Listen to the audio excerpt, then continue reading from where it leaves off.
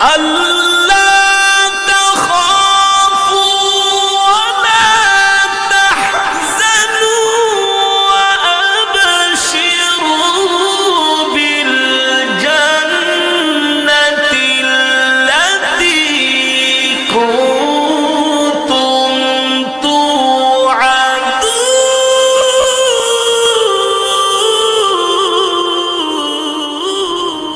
إن الحمد لله نحمده ونستعينه ونستغفره ونعوذ بالله من شرور أنفسنا ومن سيئات أعمالنا. من يهده الله فلا مضل له ومن يضلله فلا هادي له. وأشهد أن لا إله إلا الله وحده لا شريك له وأشهد أن محمدًا عبده ورسوله. يا أيها الذين آمنوا اتقوا الله حق تقاته ولا تموتن إلا وأنتم مسلمون. يا أيها الناس اتقوا ربكم الذي خلقكم من نفس واحدة وخلق منها زوجها وبث منهما رجالا كثيرا ونساء.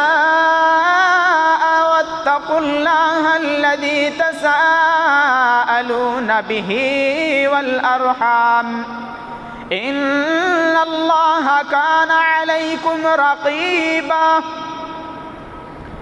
يا أيها الذين آمنوا اتقوا الله وقولوا قولا سديدا يصلح لكم أعمالكم ويغفر لكم ذنوبكم ومن يطع الله ورسوله فقد فاز فوزا عظيما. أما بعد فإن خير الحديث كتاب الله وخير الهدي هدي محمد صلى الله عليه وسلم وشر الأمور محدثاتها وكل محدثة بدعة وكل بدعة ضلالة وكل ضلالة في النار. فأعوذ بالله من الشيطان الرجيم. بسم الله الرحمن الرحيم.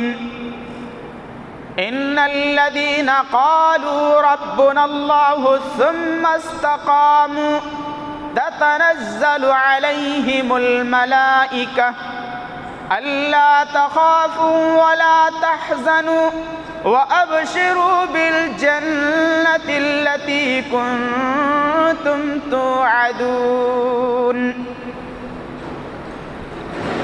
وقال النبي صلى الله عليه وسلم وعن سفيان بن عبد الله رضي الله تعالى عنه قال قلت يا رسول الله قل لي في الإسلام قولا لا أسأل عنه أحد غيرك قال قل آمنت بالله ثم استقم.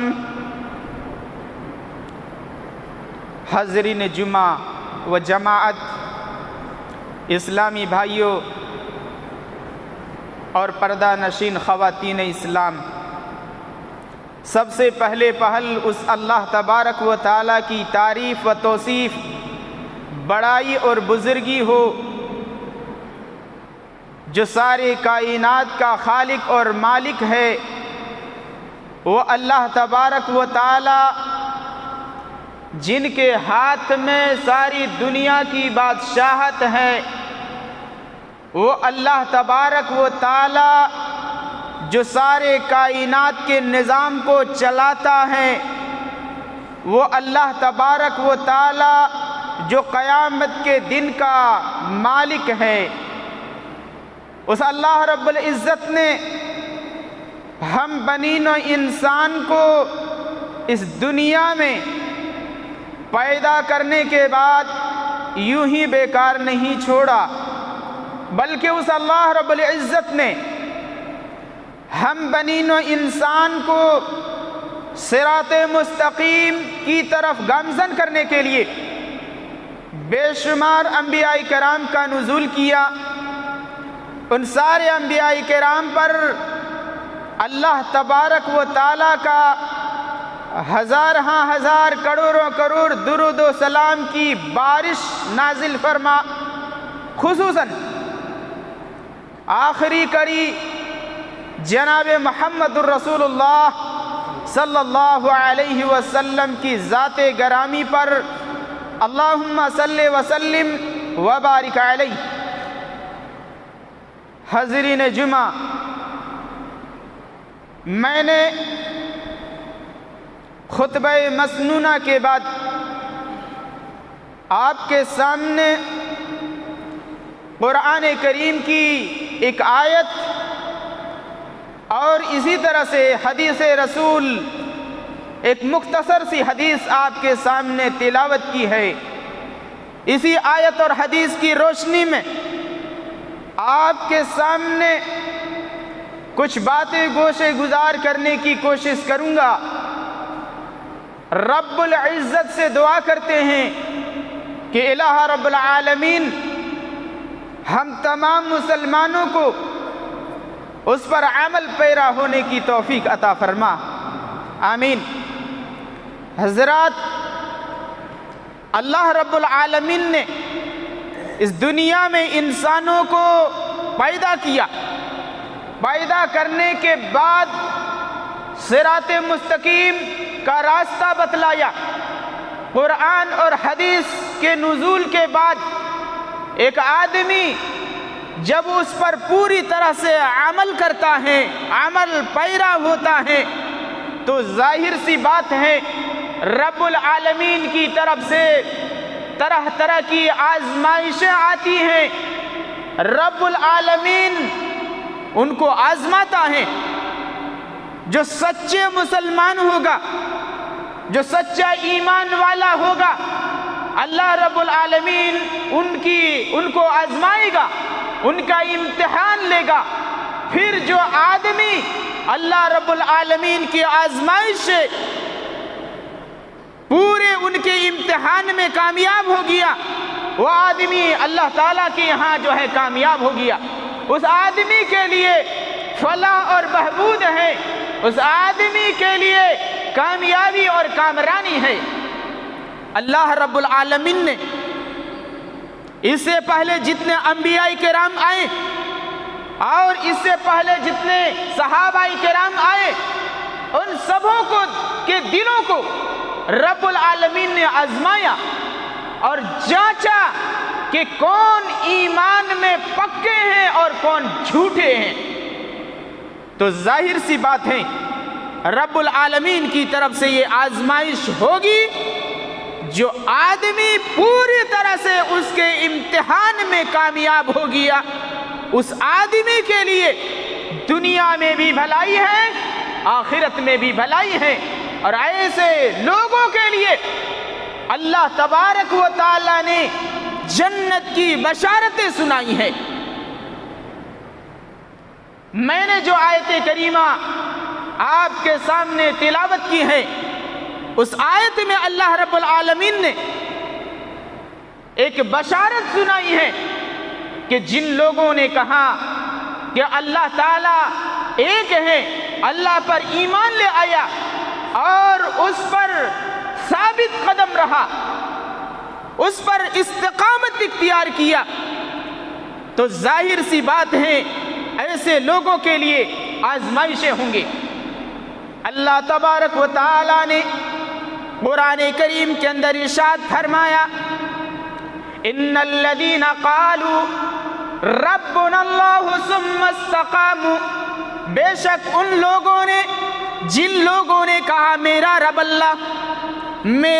اللہ ہے، ان الذین قالوا ربنا اللہ ثم استقاموا، جن لوگوں نے کہا میرا رب اللہ ہے، اس پر ایمان لے آیا، پھر اس پر وہ ڈٹے رہے، اس پر ثابت قدم رہا، ثم استقاموا تتنزل علیہم الملائکہ، پھر رب العالمین کی طرف سے ان کے پاس فرشتے آتے ہیں، اللہ تخافوا، ان کو بشارتیں سناتے ہیں کہ تمہیں گھبرانے کی کوئی ضرورت نہیں، تمہیں خوف کھانے کی کوئی ضرورت نہیں، تم پریشان نہ ہو، تم غم نہ کرو، وَأَبْشِرُوا بِالْجَنَّةِ الَّتِي كُنْتُمْ تُوعَدُونَ، ایسے آدمی کے لیے اللہ تبارک و تعالی جنت کی بشارتیں سناتا ہے۔ اب جو آدمی اللہ پر ایمان لے آیا، ظاہر سی بات ہے ان کے اوپر پریشانیاں آئیں گی۔ اس سے پہلے صحابہ کرام نے اور صحابہ کرام سے پہلے انبیاء کرام نے ایمان لائے، اللہ رب العالمین کی وحدانیت کا اقرار کیا، ان کے اوپر بھی پریشانیاں آئیں، وہ پریشانیاں میں آگے چل کر کے آپ کے سامنے ذکر کروں گا۔ اس کے بعد اللہ تبارک و تعالیٰ نے قرآن کریم کے ایک دوسرے مقام پر فرمایا، ان الذین قالوا ربنا اللہ ثم استقاموا، جن لوگوں نے کہا میرا رب اللہ ہے، ثم استقاموا، پھر اس پر وہ ڈٹے رہے، اس پر وہ قائم رہے، اللہ تعالیٰ فرماتے ہیں فلا خوف علیہم ولا ہم یحزنون، ایسے لوگوں کے لیے کوئی خوف نہیں، ایسے لوگوں کے لیے کوئی ڈر نہیں، ایسے لوگوں کو ایسے لوگوں کے لیے غم کھانے کی کوئی ضرورت نہیں ہے، گھبرانے کی کوئی ضرورت نہیں ہے۔ اولئک اصحاب الجنت خالدین فیہا، ایسے لوگوں کے لیے جنت ہے جس میں وہ ہمیشہ ہمیشہ رہیں گے، جزاء بما کانوا یعملون، ایسے لوگوں کے لیے بہترین سے بہترین بدلہ ہے۔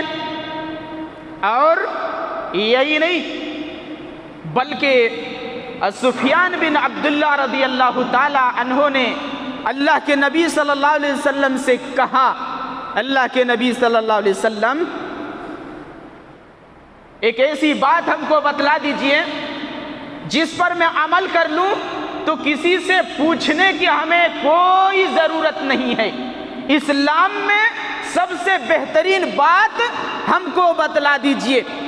آپ صلی اللہ علیہ وسلم نے کہا قل لی، آپ صلی اللہ علیہ وسلم نے فرمایا قل آمنت باللہ ثم استقم، کہو میں نے اللہ پر ایمان لے آیا اور اس پر ثابت قدم رہو، اللہ پر ایمان لے آیا اور اس پر ثابت قدم رہو۔ اب ظاہر سی بات ہے اللہ تبارک و تعالیٰ نے ہمیں بہت ہی بیش بہا قیمتی دین سے نوازا، اسلام سے نوازا، ہم اور آپ اسلام کے ماننے والے ہیں، ہم اور آپ اللہ کو ماننے والے ہیں، لیکن مانتے تو ہیں لیکن عمل نہیں کرتے، عمل کے میدان سے ہم اور آپ پیچھے ہیں، لیکن ماننا یہ ہمارے لیے کافی نہیں ہوگا۔ جی ہم اور آپ مسلمان ہیں، جب من میں آیا نماز پڑھ لیا، جب من میں آیا نماز چھوڑ دیا، اسلام کو بالکل مذاق سمجھا۔ ابھی کتنے دن ہوئے رمضان ختم ہو کر کے، ارے رمضان کے مہینے میں مسجدیں بھری رہتی تھی، یہ ٹنکی کے پاس لوگ لڑتے تھے کہ میں سب سے پہلے وضو کروں گا، میں اول صف میں کھڑا رہوں گا، میں سب سے زیادہ نیکیاں کماؤں گا، اس لالچ میں لوگ آتے تھے، لیکن رمضان کا مہینہ ختم ہو گیا، مسجدیں ویران کر دیا۔ کیا یہ دین میں استقامت ہے؟ کیا یہی تقوی ہے؟ کیا یہی رب العالمین کا ڈر ہے؟ نہیں، بلکہ جس قدر رمضان میں آپ اول صف میں آنے کی کوشش کرتے تھے، آپ چاہتے تھے کہ 2 رکعتیں نفل نماز کا اہتمام کر لوں، رب العالمین کی یہاں ثواب کا ذخیرہ کر لوں، ویسے آج بھی ہمارے اور آپ کے اوپر جو ہے نماز فرض ہے۔ یہ مذاق ہے جن لوگوں نے رمضان کے مہینے میں جو ہے نمازوں کا اہتمام کر لیا، رمضان کا مہینہ ختم ہو گیا، نماز بھی ختم۔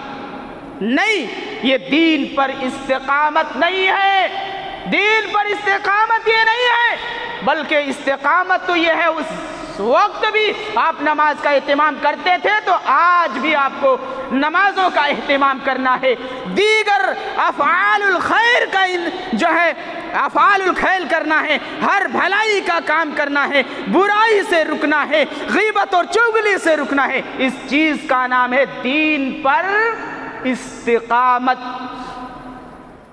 یاد رکھنا، اللہ کے نبی صلی اللہ علیہ وسلم کی حدیث ہے، لوگوں پر ایک ایسا زمانہ آئے گا، اللہ کے نبی نے کہا تھا کہ اس فتنے کے آنے سے پہلے نیک اعمال کر لو۔ وہ فتنہ کیا ہے کہ آدمی صبح کو مومن ہوگا تو شام کو کافر ہو جائے گا، شام کو مومن ہوگا صبح تک وہ کافر ہو جائے گا۔ اس لیے اعمال کر لو اس وقت بھی اور آج بھی، مرتے دم تک جو ہے اعمال کر لو، یہی ہے دین پر استقامت۔ اور یہی نہیں بلکہ جب انبیاء کرام نے کہا کہ ہمارا دین، ہم ایک اللہ کے ماننے والے ہیں، ہم ایک اللہ کی عبادت کرنے والے ہیں، ان صحابہ ان انبیاء کرام پر اللہ تبارک و تعالیٰ کی طرف سے آزمائشیں آئی، آپ کو بھی آ سکتا ہے، اور انبیاء کرام پر وہ آزمائشیں آئی، اللہ تبارک و تعالیٰ نے ان کے دین کا جو ہے امتحان لیا۔ اللہ تبارک و اللہ کے مشہور پیغمبر حضرت ابراہیم علیہ السلام اکیلے ایک طرف، پوری دنیا ایک طرف۔ حضرت ابراہیم علیہ السلام نے کہا میرا رب اللہ کے علاوہ کوئی رب نہیں ہے، ایک اللہ تبارک و تعالیٰ کی پرستی شروع کر دی۔ ان کے قوم کے لوگوں نے کہا کہ ہم تجھے پھانسی لٹکا دیں گے، ہم تجھے پھانسی پر لٹکا دیں گے، اور ابراہیم تم باز آ جاؤ ورنہ تجھے آگ کے حوالے کر دیا جائے گا، اور ابراہیم تم باز آ جاؤ ورنہ تجھے ہاتھ اور پاؤں خلاف کاٹ دیے جائیں گے، یعنی داہنا ہاتھ اور بایاں پیر، اسی طرح سے بایاں ہاتھ اور داہنا پیر کاٹ دیے جائیں گے، باز آ جاؤ ایک اللہ کے ماننے سے ورنہ تجھے اس طرح کی سزائیں دی جائیں گی۔ ابراہیم علیہ السلام نے کہا مجھے کوئی پرواہ نہیں، مجھے اس کا کوئی غم نہیں ہے۔ اور آخر میں کیا ہوا؟ حضرت ابراہیم علیہ السلام کو آگ کے حوالے کر دیا۔ رب العالمین سے دعا کرتے ہیں ابراہیم علیہ السلام، حسبنا اللہ ونعم الوکیل ونعم المولا ونعم النصیر، اے اللہ تو ہمارا کارساز ہے، اے اللہ تو ہی ہمارا مالک ہے، اے اللہ ہم تیرے اوپر ہی بھروسہ کرتے ہیں۔ کیا ہوا؟ پھر اللہ رب العالمین کی طرف سے وہ آگ ٹھنڈی ہو گئی سلامتی کے ساتھ، نہ زیادہ گرم اور نہ زیادہ ٹھنڈی، یہ سلامتی کے ساتھ ابراہیم علیہ السلام۔ میں یہاں یہ کہنا چاہتا ہوں، ابراہیم علیہ السلام کی آزمائش ہوئی دین کے معاملے میں، کیا وہ دین سے ہٹ گئے تھے؟ کیا ان مشرکوں سے ایمان کا سودا کر لیا تھا؟ نہیں کیا تھا، بلکہ ڈٹے رہے، ایمان پر مضبوطی کے ساتھ جمے رہے، لیکن دین کا سودا نہیں کیا۔ میں یہی کہنا چاہتا ہوں کہ یہ ابراہیم علیہ السلام کی استقامت کو تو دیکھیے۔ اس کے بعد حضرت شعیب علیہ السلام جب اپنے قوم کے نبی بنا کر کے بھیجے گئے، حضرت شعیب علیہ السلام نے کہا میرا رب اللہ جو آسمان میں ہے وہی عبادت کے لائق ہے، اس کے علاوہ کوئی عبادت کے لائق نہیں ہے۔ ان کے قوم کے سرداروں نے دھمکیاں دی۔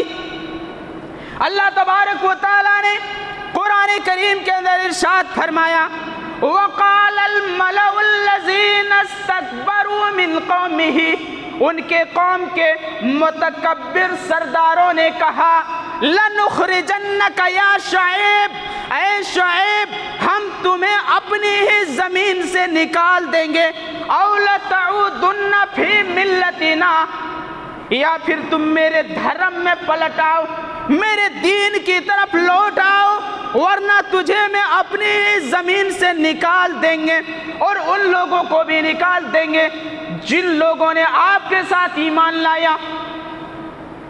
کیا کہا شعیب علیہ السلام نے؟ قال اولو کننا کارہین، تم کچھ بھی کر لو میں پلٹنے والا نہیں ہوں، میں پلٹنے والا نہیں ہوں۔ یہ کون تھے؟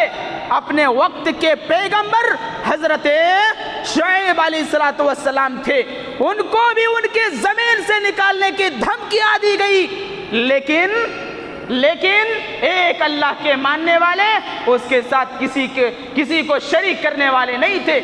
اور یہی نہیں، سب انبیاء کرام کے ساتھ ایسے ہی واقعات پیش آئے۔ اللہ کے نبی صلی اللہ علیہ وسلم جو آخری نبی بنا کر کے بھیجے گئے تھے، ان کے ساتھ بھی یہی معاملہ پیش آیا۔ ان کو لالچ دلائے گئے کہ دنیا کی سب سے خوبصورت عورت سے آپ کا نکاح کر دوں گا، اس دین کو تم چھوڑ دو، اور اگر تم بادشاہت چاہتے ہو تو پوری دنیا کی بادشاہت آپ کے قدموں میں لا کر کے ڈال دوں گا، دین کو اس کو تم چھوڑ دو۔ اللہ کے نبی صلی اللہ علیہ وسلم نے کیا چھوڑ دیا؟ ایمان کا سودا کر لیا؟ ارے نہیں، ایمان کا سودا ہرگز نہیں کیا یہ اللہ کے نبی صلی اللہ علیہ وسلم، بلکہ ہر نبیوں کے ساتھ ایسا معاملہ پیش آیا۔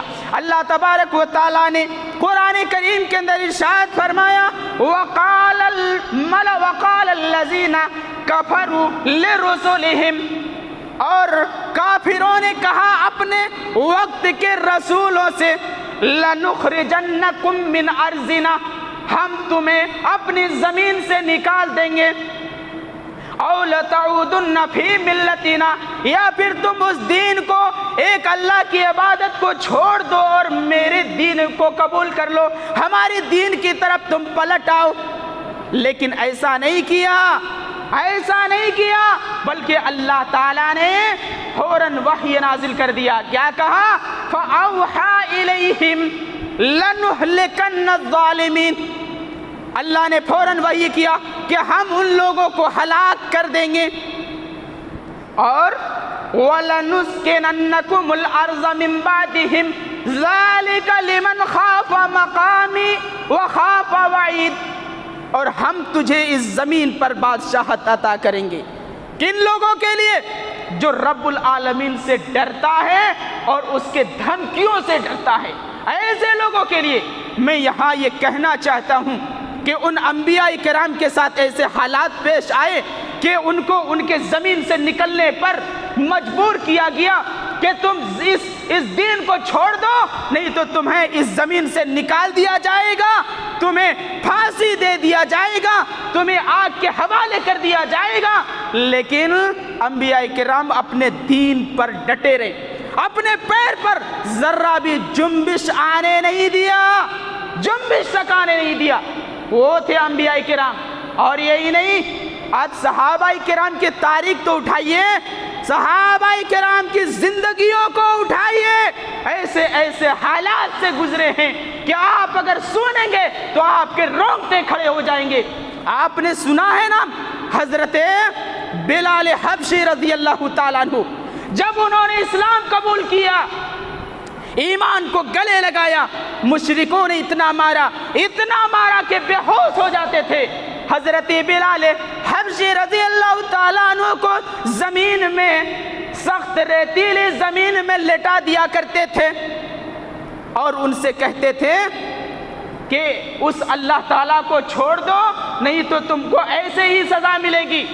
حضرت بلال حبشی رضی اللہ تعالیٰ عنہ اپنی زبان مبارک سے ایک ہی کلمہ ادا کرتے تھے، اللہ احد، اللہ ایک ہے، اللہ ایک ہے، اللہ ایک ہی ہے، اور کہتے تھے کہ جو تمہارے دل میں آئے وہ کر لو، میں اپنے اس اللہ میں، میری زبان سے ایک ہی کلمہ نکلے گا۔ وہ کلمہ کیا نکلے گا؟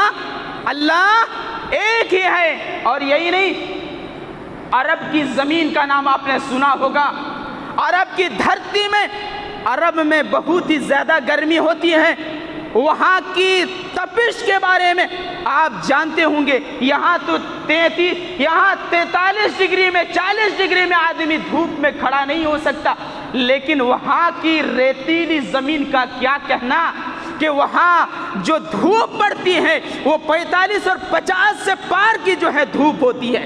اس ریتیلی زمین میں حضرت بلال حبشی رضی اللہ تعالیٰ عنہ کو زمین پر ننگے پیٹ کر کے لٹا دیا جاتا تھا اور ان کے سینے پر بھاری سے بھاری پتھر رکھ دیتا تھا تاکہ وہ ہل نہ سکے، اور کہتے تھے یا تو محمد کے دین سے انکار کرو یا پھر ایسے ہی جلتے جلتے مر جاؤ۔ کیا میں یہاں سوال پوچھنا چاہتا ہوں، کیا بلال حبشی رضی اللہ تعالیٰ عنہ نے دین کا سودا کیا تھا ان مشرکوں سے؟ نہیں، دین کا سودا نہیں کیا، ایمان کا سودا نہیں کیا، بلکہ آخری وقت تک اپنی زبان مبارک سے ایک ہی کلمہ نکالتا تھا۔ وہ کلمہ کیا؟ اللہ ایک ہے، اللہ ایک ہے اور کوئی اللہ نہیں ہے، یہی کلمہ نکالتے تھے۔ اور یہی نہیں بلکہ اس کا پھل کیا ملا، اس کا صلہ کیا ملا؟ اللہ کے نبی صلی اللہ علیہ وسلم معراج کو گئے، معراج میں آسمانی دنیا کا سفر کرایا گیا، جنت کا سفر کیا۔ جنت میں اللہ کے نبی صلی اللہ علیہ وسلم نے حضرت بلال حبشی رضی اللہ تعالی عنہ کے جنت میں چلنے کے پیر کے نشان کی آواز سنی۔ آپ صلی اللہ علیہ وسلم نے حضرت بلال حبشی رضی اللہ تعالی عنہ کے چلنے کی آواز آپ صلی اللہ علیہ وسلم نے جنت میں سنی تھی۔ یہ وہ صحابی رسول حضرت بلال حبشی رضی اللہ تعالیٰ عنہ تھے۔ اور یہی نہیں، آپ نے خباب بن عرت رضی اللہ تعالیٰ عنہ کا نام سنا ہوگا۔ جب انہوں نے اسلام قبول کیا، اتنی طرح سے ان کے اوپر ظلم ڈھائے، اتنی بری طرح سے ان کو مارتے تھے۔ اللہ کے نبی صلی اللہ علیہ وسلم وہاں سے گزرتے تھے تو ان کے لیے دعائیں کرتے تھے کہ صبر کرو، صبر کے بدلے میں جنت ہے۔ اور حضرت خباب بن عرت رضی اللہ تعالیٰ عنہ کہتے تھے اللہ کے نبی صلی اللہ علیہ وسلم آپ دیکھ رہے ہیں یہ مشرک، یہ کافر ہمیں کتنی طرح سے ظلم کر رہے ہیں، ہمیں مار رہے ہیں، ہمیں ستا رہے ہیں۔ اللہ کے نبی صلی اللہ علیہ وسلم رب سے دعا کر دیجئے، رب سے دعا کر دیجئے۔ اللہ کے نبی صلی اللہ علیہ وسلم نے فرمایا آپ ان کی بات کرتے ہیں، اس سے پہلے جو گزر چکے ہیں ان لوگوں کو کیا کرتے تھے؟ زمین کے اندر گڈھا کھودا جاتا تھا، اس گڈھے میں رکھ کر کے لوہے کے آری سے ان کو 2 ٹکڑے کر دیا جاتا تھا۔ جی آپ ان کی بات کرتے ہیں، وہ حضرت خباب بن عرت رضی اللہ تعالیٰ عنہ تھے جو اللہ کے نبی صلی اللہ علیہ وسلم سے کہتے، اور کیا اللہ کے نبی صلی اللہ علیہ وسلم نے کہا کچھ ایسے لوگ بھی گزرے ہیں جن کے جسم میں لوہے کی کنگھی چلائی جاتی تھی، لوہے کی کنگھی، اور کیا ہوتے تھے؟ گوشت نکل کر کے باہر آ جاتا تھا اور دور سے ان کی ہڈیاں نظر آنے لگتی تھی۔ وہ کون تھے؟ وہ حضرت خباب بن عرت رضی اللہ تعالیٰ عنہ تھے۔ جی لیکن ایمان کا سودا نہیں کیا، وہ اسلام سے نہیں پھرے، نبی کا کلمہ نہیں چھوڑا، وہ ثابت قدم تھے دین پر۔ وہ حضرت خباب بن عرت رضی اللہ تعالیٰ عنہ تھے۔ حضرت خباب بن عرت رضی اللہ تعالیٰ عنہ حضرت عمر فاروق رضی اللہ تعالیٰ عنہ کے سامنے کھڑے ہیں اور کہتے ہیں عمر ہمارے اوپر جو مصیبتیں آئی ہیں، ہمارے اوپر جو تکلیفیں آئی ہیں، کیا میں بول کر کے سناؤں یا آپ کو دکھلاؤں؟ عمر کہتے ہیں خباب آپ دکھلائیں گے کیسے؟ خباب رضی اللہ تعالیٰ عنہ اپنے کپڑے کو اٹھاتے ہیں جسم سے اور دکھاتے ہیں، ان کے اوپر جو لوہا پگھلا کر کے ان کو داغا جاتا تھا، ان کے سارے نشانات ان کے جسم پر پڑے ہوئے تھے۔ اتنی بری طرح سے ان کو سزائیں دی جاتی تھی، لیکن دین سے نہیں ہٹتے تھے۔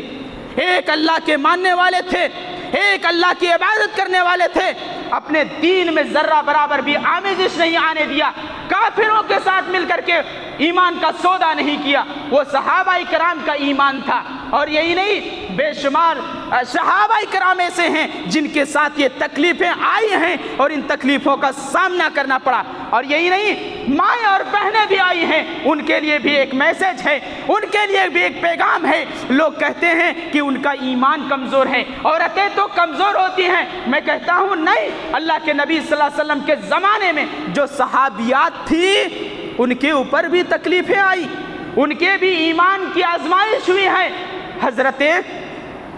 حضرت سمیہ رضی اللہ تعالیٰ عنہ، نام سنا ہوگا، اسلام کی پہلی خاتون تھی. جب انہوں نے اسلام کو گلے لگایا، جب وہ اس ایمان میں داخل ہوئی تو ابو جہل نے کیا کیا؟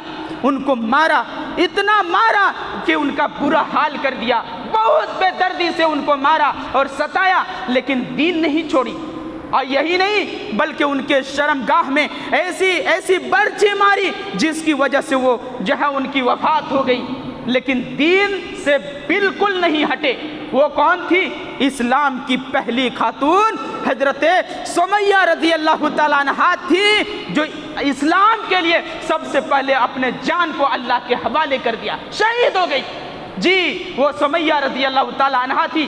اور یہی نہیں، آپ نے زنیرہ کا نام سنا ہوگا، کچھ لوگ اسے زنیرہ بھی بولتے ہیں، لیکن ان کا نام ہے زنیرہ رضی اللہ تعالی عنہا. جب انہوں نے اسلام قبول کیا، ابو جہل نے اتنی بری طرح مار کر کے ان کو برا حال کر دیا، اور اتنا مارا کہ جن کی وجہ سے ان کی آنکھ کی بینائی چلی گئی، آنکھ کی روشنی چلی گئی. اب ابو جہل کیا کہتا ہے کہ تو نے میرے معبود لات، عزا، منات اور حبل، یہ 4 معبود ہیں، تو نے ان کی پرستش چھوڑ دیا، اس لیے تمہاری آنکھ کی بینائی چلی گئی. وہ زنیرہ رضی اللہ تعالیٰ عنہ کہتی ہیں، زنیرہ رب العالمین کی بارگاہ عزتی میں ہاتھ اٹھاتی ہیں اور دعا مانگتی ہیں، اے اللہ تو آنکھ کی بینائی لوٹا دے تو بہتر ہے، اور نہ لوٹائے تب بھی تیرے لیے بہتر ہے، لیکن اے اللہ یہ جھوٹے معبودوں کا حوالہ دے کر کے ہمیں تانے دے رہے ہیں. آپ جانتے ہیں کسی کو مارنا آسان ہے، لیکن تانا دینا بہت ہی برا. انسان کو لگتا ہے کسی کو تانا دینا یہ بہت ہی بری چیز ہے. حضرت زنیرہ رضی اللہ تعالی عنہا کو تانے دینے لگے ابو جہل کہ ہمارے معبودوں کو چھوڑ دیا، جن کی وجہ سے تمہاری آنکھ کی بینائی چلی گئی. اللہ رب العالمین کے سامنے ہاتھ اٹھا کر کے دعا مانگتی ہیں، اور یہ دعا مانگنے کے بعد اپنے ہاتھ کو چہرے پر پھیرتی ہیں کہ اللہ رب العالمین نے ان کی آنکھ کی روشنی دوبارہ لوٹا دیا. اب وہ زنیرہ رضی اللہ تعالیٰ عنہ کہتی ہیں کہ اگر تم میں دم ہے، اگر تمہارے معبودوں میں اتنی طاقت ہے تو ان سے کہہ دو کہ ہماری بینائی کو چھین کر کے دکھا دیں. یہ ایمان والی صحابیات تھی، مار کھائے، رب العالمین کے راستے میں اتنے دکھ اور درد اور تکلیفیں جھیلی، لیکن ایمان کا سودا نہیں کیا، اپنے دین پر ثابت قدم رہے. آج اپنے نفس کا جائزہ لے لیجئے، اپنے سماج کا جائزہ لے لیجئے کہ اللہ تبارک و تعالیٰ نے بہت ساری سہولیات اللہ تعالیٰ نے ہمیں اور آپ کو عطا کیا ہے، لیکن اس کے باوجود آج ہم اور آپ مسجدوں سے پیچھے رہتے ہیں، اللہ کی عبادت سے پیچھے رہتے ہیں. یہ وہ صحابہ کرام تھے جن کے زمانے میں نماز پر پابندیاں تھی، اسلام قبول کرنے پر پابندیاں تھی، قرآن کی تلاوت پر پابندیاں تھی، لیکن اس کے باوجود دین سے نہیں ہٹتے تھے اور اس پر سختی سے عمل کیا کرتے تھے. اور اللہ تبارک و تعالیٰ کی نعمتیں ہم اور آپ استعمال کرنے کے باوجود بھی اللہ رب العالمین کی ناشکری کرتے ہیں، اللہ رب العالمین کی نافرمانی کرتے ہیں. اس لیے اپنے نفس کا جائزہ لینے کی ضرورت ہے، اپنے نفس کو اپنے گریبان میں ٹٹولنے کی ضرورت ہے. اور اس طرح بے شمار واقعات ملتے ہیں جو نبی صلی اللہ علیہ وسلم کے زمانے میں واقعات پیش آئے، ان کے ایمان کو تازہ کرنے کے لیے بے شمار مورخین نے کتابیں لکھی ہیں، ان کی کتابوں کو پڑھنے کی ضرورت ہے اور ایمان کو تازہ کرنے کی ضرورت ہے. اللہ رب العالمین سے ہم دعا کرتے ہیں، الہ رب العالمین ہم تمام مسلمانوں کو اسوہ صحابہ کرام کی زندگی کو دیکھنے، ان کی سیرت کو جاننے کی توفیق عطا فرما. الہ رب العالمین ہم تمام مسلمانوں کو نیک نیک اعمال صالحہ کرنے کی توفیق عطا فرما۔ الہ رب العالمین ہم تمام مسلمانوں کو دین پر ثابت قدم رہنے کی توفیق عطا فرما۔ الہ رب العالمین ہم تمام مسلمانوں کو استقامت اختیار کرنے کی توفیق عطا فرما، اور تمام مسلمانوں کو خصوصاً رب العالمین سے یہ دعا کرنا چاہیے، اللہ یا مقلب القلوب، اے دلوں کے پھیرنے والے، اللہم ثبت قلبی علی دینک، اے اللہ ہمارے دل کو تو اپنے دین پر ثابت قدم رکھ۔ اللہ ہم تمام مسلمانوں کے دلوں کو دین اسلام پر ثابت قدم رکھنے کی توفیق عطا فرما۔ الہ رب العالمین ہم تمام مسلمانوں کا جب بھی خاتمہ ہو اسلام پر ہمارا خاتمہ ہو۔ الہ رب العالمین ہم تمام مسلمانوں کا جب بھی خاتمہ ہو کلمہ توحید پر ہمارا خاتمہ ہو۔ بارک اللہ لنا ولکم فی القرآن وإیاکم بالآیات والذکر الحکیم، انہ تعالی جواد کریم ملک بر رؤوف الرحیم۔